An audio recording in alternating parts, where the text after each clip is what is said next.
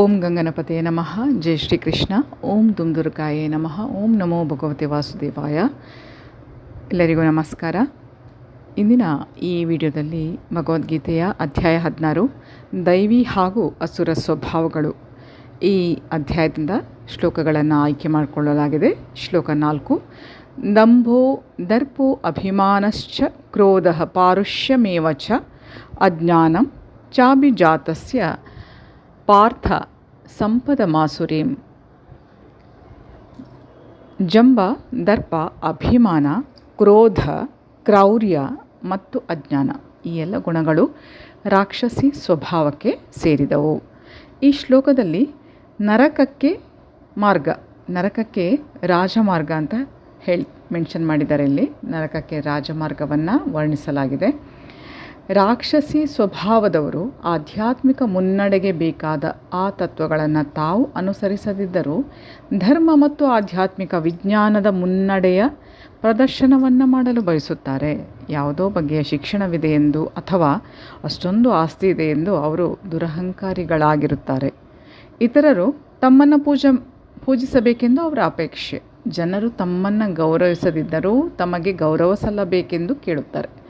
ಸಣ್ಣ ಸಣ್ಣ ವಿಷಯಗಳಿಗೆ ಸಿಟ್ಟು ಮಾಡಿಕೊಳ್ಳುತ್ತಾರೆ. ಮೃದುವಾಗಿ ಮಾತನಾಡುವುದಿಲ್ಲ, ಕಠಿಣವಾಗಿ ಮಾತನಾಡುತ್ತಾರೆ. ಏನು ಮಾಡಬಹುದು, ಏನು ಮಾಡಬಾರದು ಎಂದು ಅವರಿಗೆ ತಿಳಿದಿರುವುದಿಲ್ಲ. ಎಲ್ಲವನ್ನು ತಮ್ಮ ಮನಸ್ಸಿಗೆ ಬಂದಂತೆ ಮಾಡುತ್ತಾರೆ. ಯಾರ ಅಧಿಕಾರವನ್ನು ಅವರು ಗುರುತಿಸುವುದಿಲ್ಲ. ತಮ್ಮ ತಾಯಂದಿರ ಗರ್ಭದಲ್ಲಿ ತಮ್ಮ ದೇಹಗಳು ಪ್ರಾರಂಭವಾಗಿದ್ದರಿಂದ ಈ ರಾಕ್ಷಸೀಯ ಗುಣಗಳನ್ನು ಅವರು ಆರಿಸಿಕೊಂಡಿರುತ್ತಾರೆ.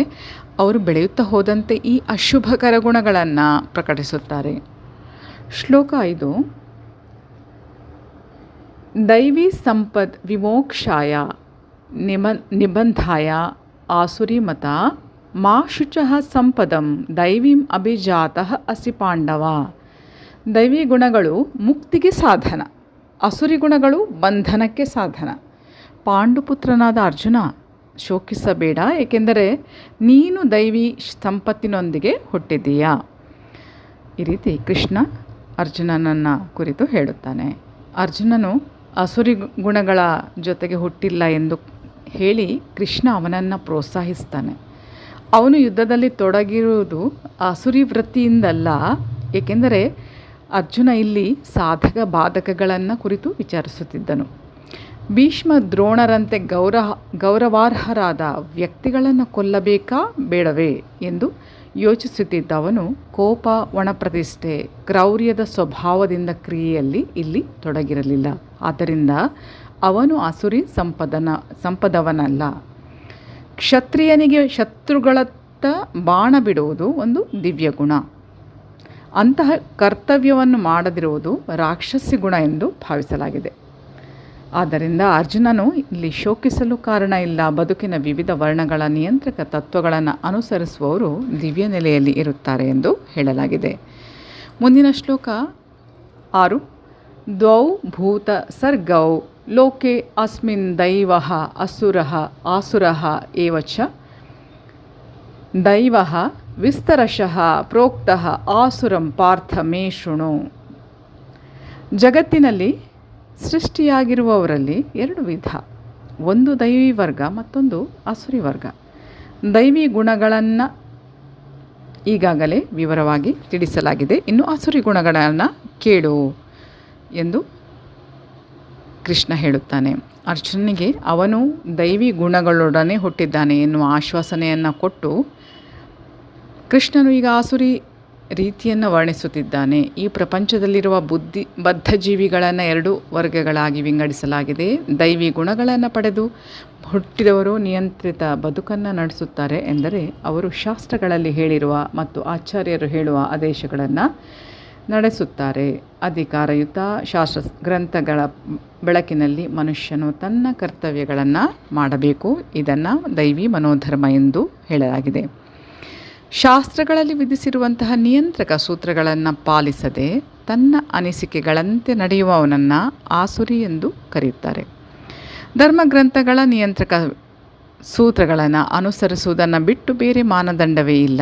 ದೇವತೆಗಳು ಮತ್ತು ಅಸುರರು ಇಬ್ಬರೂ ಪ್ರಜಾಪತಿಯ ಮಕ್ಕಳು. ಒಂದೇ ವ್ಯತ್ಯಾಸ ಎಂದರೆ ಒಬ್ಬರು ವೇದಗಳ ಆದೇಶವನ್ನು ಪಾಲಿಸುತ್ತಾರೆ, ಇನ್ನೊಬ್ಬರು ಪಾಲಿಸುವುದಿಲ್ಲ ಎಂದು ವೇದ ಸಾಹಿತ್ಯದಲ್ಲಿ ಹೇಳಿದೆ. ಶ್ಲೋಕ 7. ಪ್ರವೃತ್ತಿಂಚ ನಿವೃತ್ತಿಂಚ ಜನಾಃ ನ ವಿದುಃ ಆಸುರಾಃ ನ ಶೌಚಂ ನ ಅಪಿ ಚ ಆಚಾರಃ ನ ಸತ್ಯಂ ತೇಷು ವಿದ್ಯತೆ. ಆಸುರಿ ಪ್ರಕೃತಿಯವರಿಗೆ ಏನು ಮಾಡಬೇಕು ಏನು ಮಾಡಬಾರದು ಎಂದು ತಿಳಿಯದು. ಅವರಲ್ಲಿ ಶುಚಿತ್ವ ಇಲ್ಲ, ಸನ್ನಡತೆ ಇಲ್ಲ, ಅವರಲ್ಲಿ ಸತ್ಯ ಇಲ್ಲ. ಪ್ರತಿಯೊಂದು ನಾಗರಿಕ ಮಾನವ ಸಮಾಜದಲ್ಲಿಯೂ ಪ್ರಾರಂಭದಿಂದ ನಡೆಸಿಕೊಂಡು ಬಂದಿರುವಂತಹ ಧಾರ್ಮಿಕ ಗ್ರಂಥಗಳ ನಿಯಮ ನಿಬಂಧನೆಗಳಿರುತ್ತವೆ.